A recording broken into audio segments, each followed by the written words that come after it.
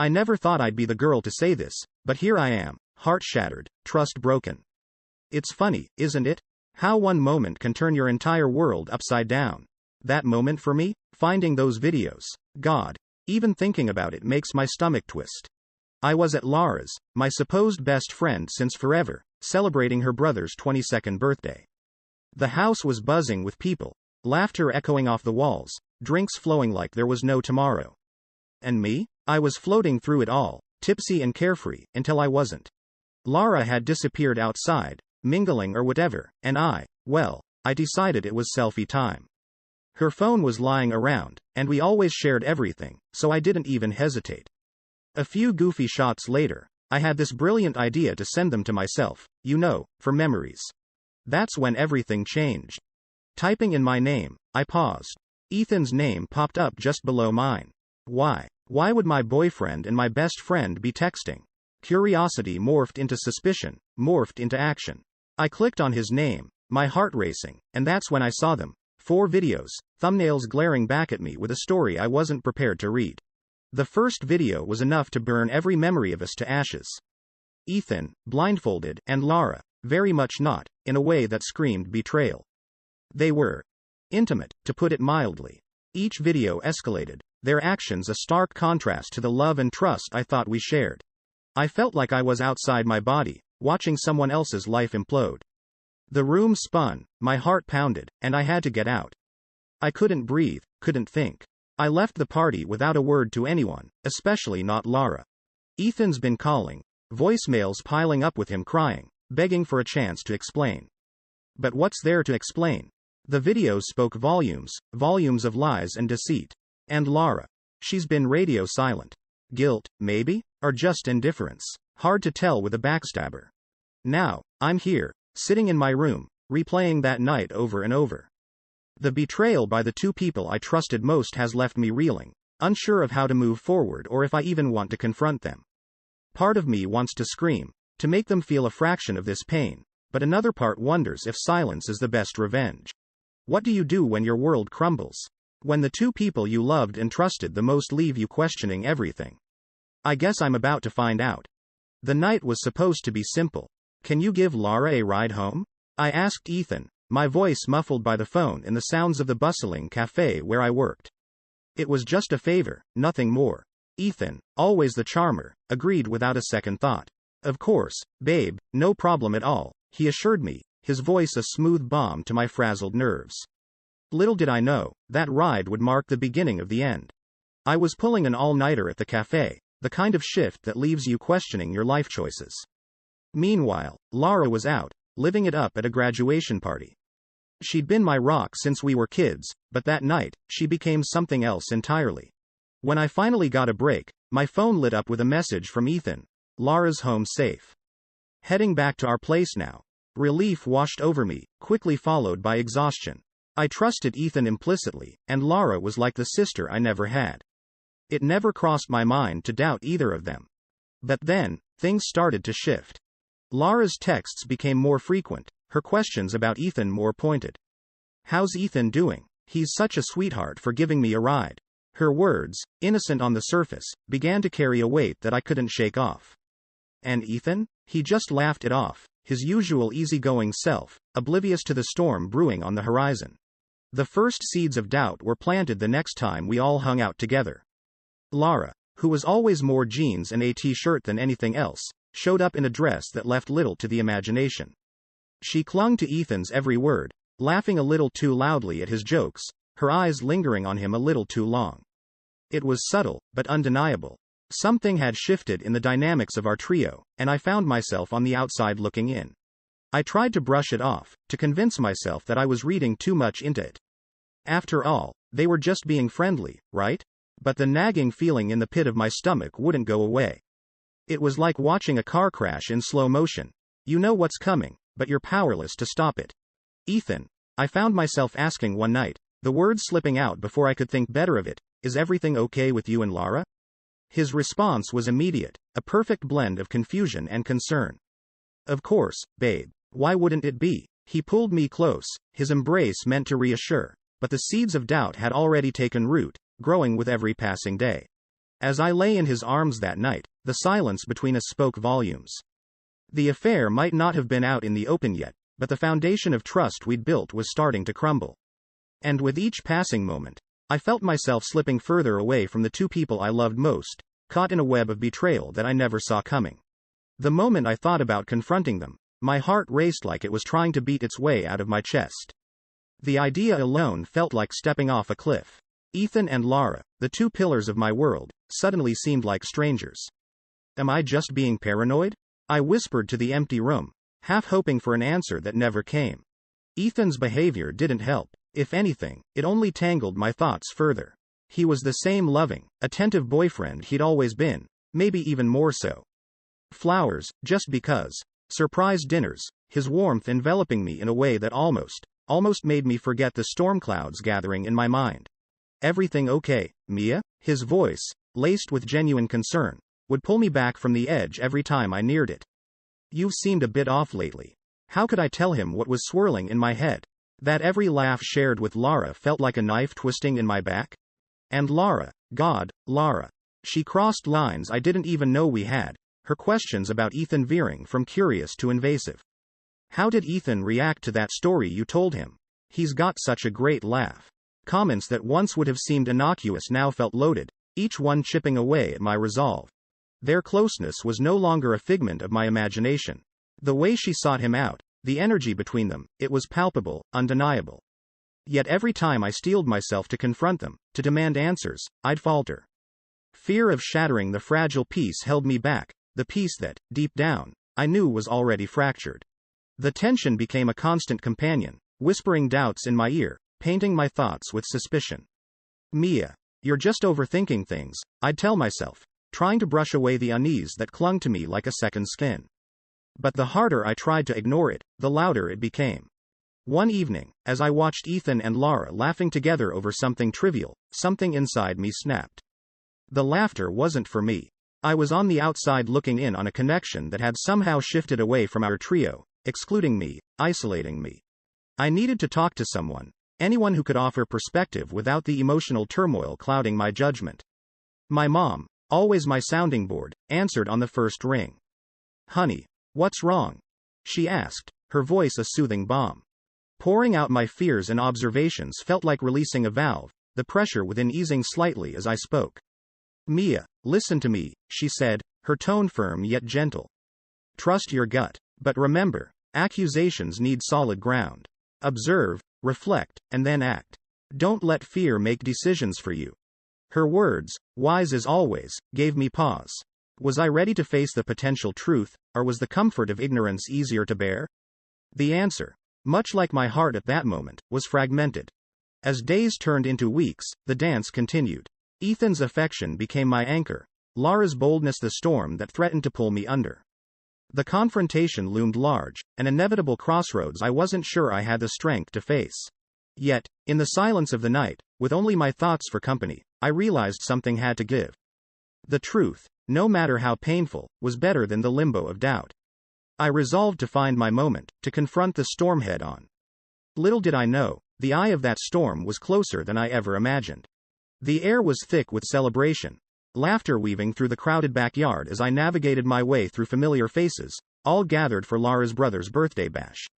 It was one of those nights where everything felt just right, or so I thought. Little did I know, my world was about to come crashing down in the most unexpected way. I remember feeling light, almost giddy, as I made my way inside Lara's house to escape the chill. The warmth of the interior hit me, a welcome embrace from the crisp night air. That's when I spotted Lara's phone, casually left on the kitchen counter among a clutter of party debris. A harmless idea struck me: why not take a few drunken selfies for laughs? We did it all the time, a silly tradition that never seemed to grow old. Flicking through the camera roll to find my latest series of goofy faces, I noticed the messaging app open in the background. An innocent glance turned into a curious peek, and that's when I saw Ethan's name, popping up in a way it had no right to. My heartbeat accelerated, a mix of confusion and a creeping dread taking hold as I tapped on his name, driven by a force I couldn't resist. The screen loaded, and suddenly, I wasn't in Lara's kitchen anymore. I was somewhere far off, a place where trust and love went to die. Videos. 4 of them, each a knife twisting deeper into my heart. My fingers trembled as I pressed play, each second unraveling the life I thought I knew. The first video was a blow I couldn't have prepared for. Ethan, my Ethan, with Lara in a way he was only supposed to be with me. Blindfolded, vulnerable, and completely unaware I would ever witness this. Their laughter, touches, the intimacy of their betrayal, it was all there, laid bare for my disbelieving eyes. I watched, frozen, as each video descended further into a nightmare. There they were, the two people I trusted most in the world, sharing moments meant for us, for me and Ethan. The realization hit me like a physical force, tears blurring my vision as the final video ended. The room spun around me, the sounds of the party outside a distant, mocking echo. I felt sick, heartbroken, and utterly betrayed. How? Why? Questions spiraled through my mind, but deep down, I knew the answers wouldn't change the raw, aching wound inside. I left the phone where it lay, a Pandora's box of shattered illusions. The urge to confront them, to scream and demand explanations, surged within me. Yet, my feet carried me away, out of Lara's house, away from the scene of my world's quiet collapse. The night air no longer felt crisp, it was cold, a chill that matched the sudden ice in my veins. As I walked, the images played on a loop in my mind, a cruel highlight reel of betrayal. Ethan's and Lara's laughter echoed in my ears, a soundtrack to the unraveling of my trust. I knew then, nothing would ever be the same. The unexpected twist in my story wasn't just a revelation. It was a turning point, a moment that redefined everything I thought I knew about love, friendship, and trust. The moment I stepped out of Lara's house, the cool night air felt like a slap to my face, a harsh contrast to the storm of emotions raging inside me. My phone buzzed incessantly, a relentless reminder of the reality I was desperately trying to escape. It was Ethan, of course. His name lit up my screen over and over, each call a stab of betrayal. I didn't need to hear his voice to know what he would say. The apologies, the explanations, the desperate pleas for understanding, they were all meaningless. How could words undo what I had seen? How could they stitch back together the trust that had been so carelessly ripped apart? I took a deep breath, the decision crystallizing in my mind with a cold, hard finality. Blocking them was almost cathartic. Each button pressed a step towards severing the ties that bound me to the pain. Ethan, Lara, they were parts of my life that I needed to cut out, malignant growths that had hidden their toxicity until now. The walk home was a blur, my thoughts a tangled mess of anger, disbelief, and an overwhelming sense of loss. By the time I reached my apartment, my phone was flooded with voicemails from Ethan.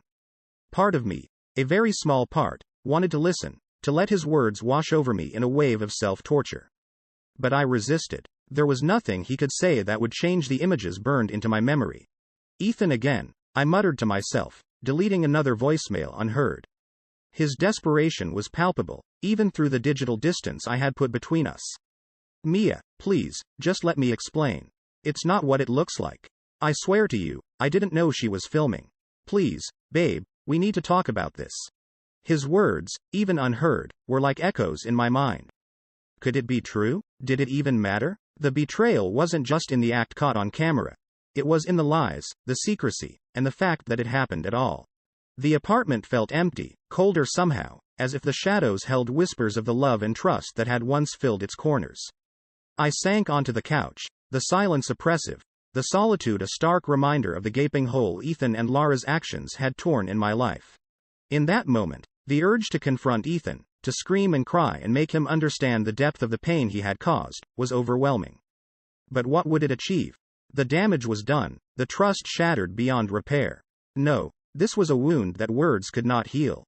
The night dragged on, each tick of the clock a reminder of the agonizing limbo I found myself in. To confront or to retreat? To seek answers or to accept the painful truth without them? These were questions I couldn't answer, not yet. For now, the only thing I could do was navigate the immediate aftermath of the betrayal, one agonizing step at a time.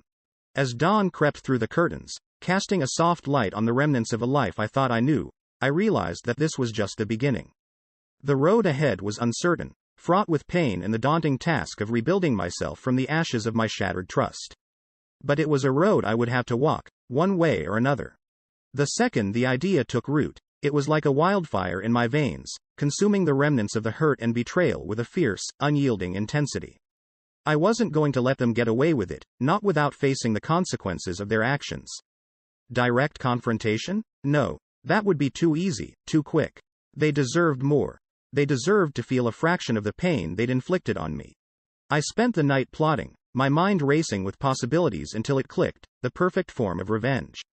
Exposing them, letting everyone see them for who they really were, felt like the only way to strip them of the facade they'd so carefully constructed. The videos were damning evidence, impossible to deny or explain away. I worked methodically, my actions fueled by a cold, detached resolve. Creating anonymous email accounts felt like donning a mask, a necessary shield to hide behind as I prepared to unleash the storm. The videos, once a source of unimaginable pain, were now my weapons, and I wielded them with a precision that surprised even myself.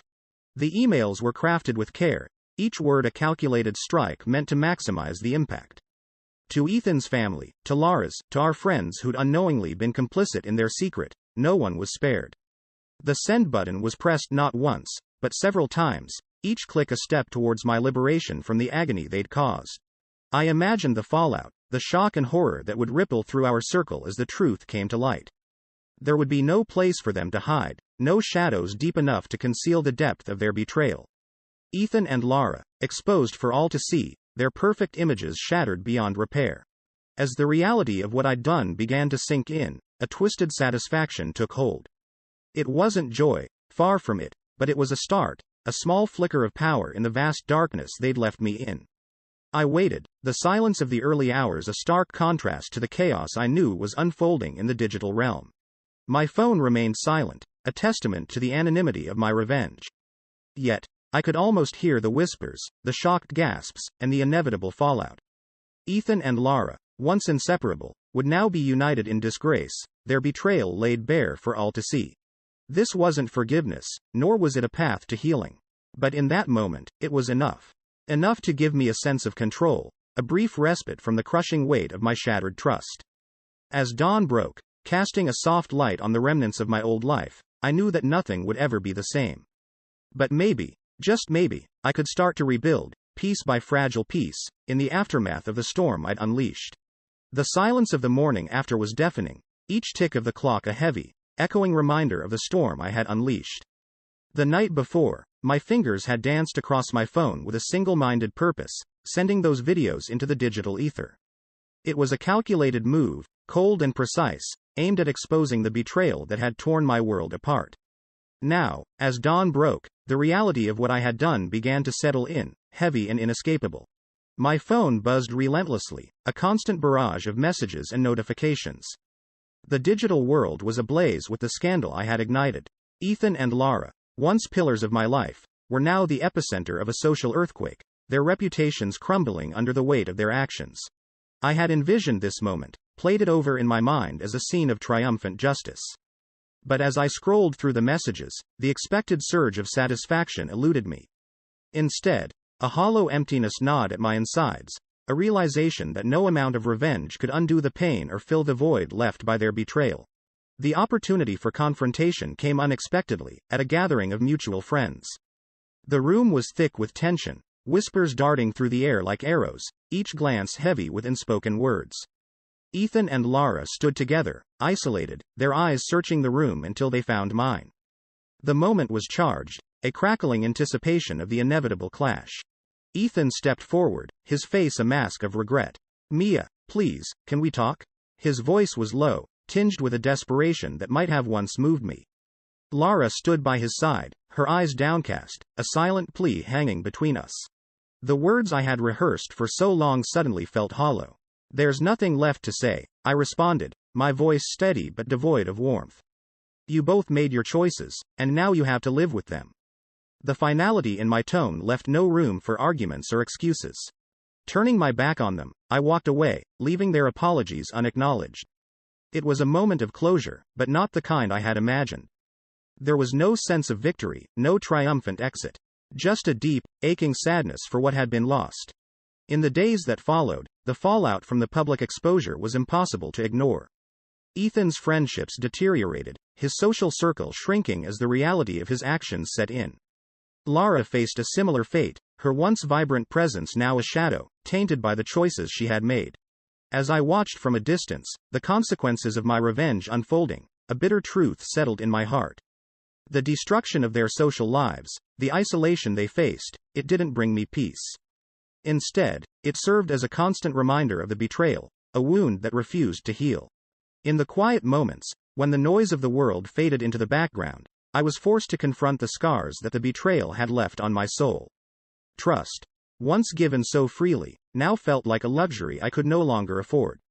The walls I had built around my heart were higher, stronger, a fortress to protect me from the pain of betrayal. The journey from love to betrayal, from betrayal to revenge, had brought me to this place, a place of reflection, where the cost of my actions lay bare before me. Despite the successful revenge, satisfaction remained an elusive shadow, a reminder that some wounds run too deep to be healed by retribution alone.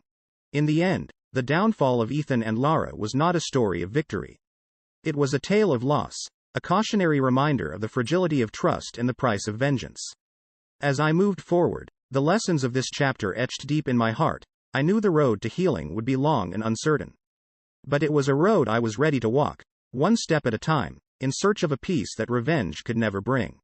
The morning light crept through the curtains, casting a soft glow across the room, illuminating a new chapter in my life. The past few months had been a whirlwind of emotions, a tumultuous journey through betrayal, pain, and ultimately, growth.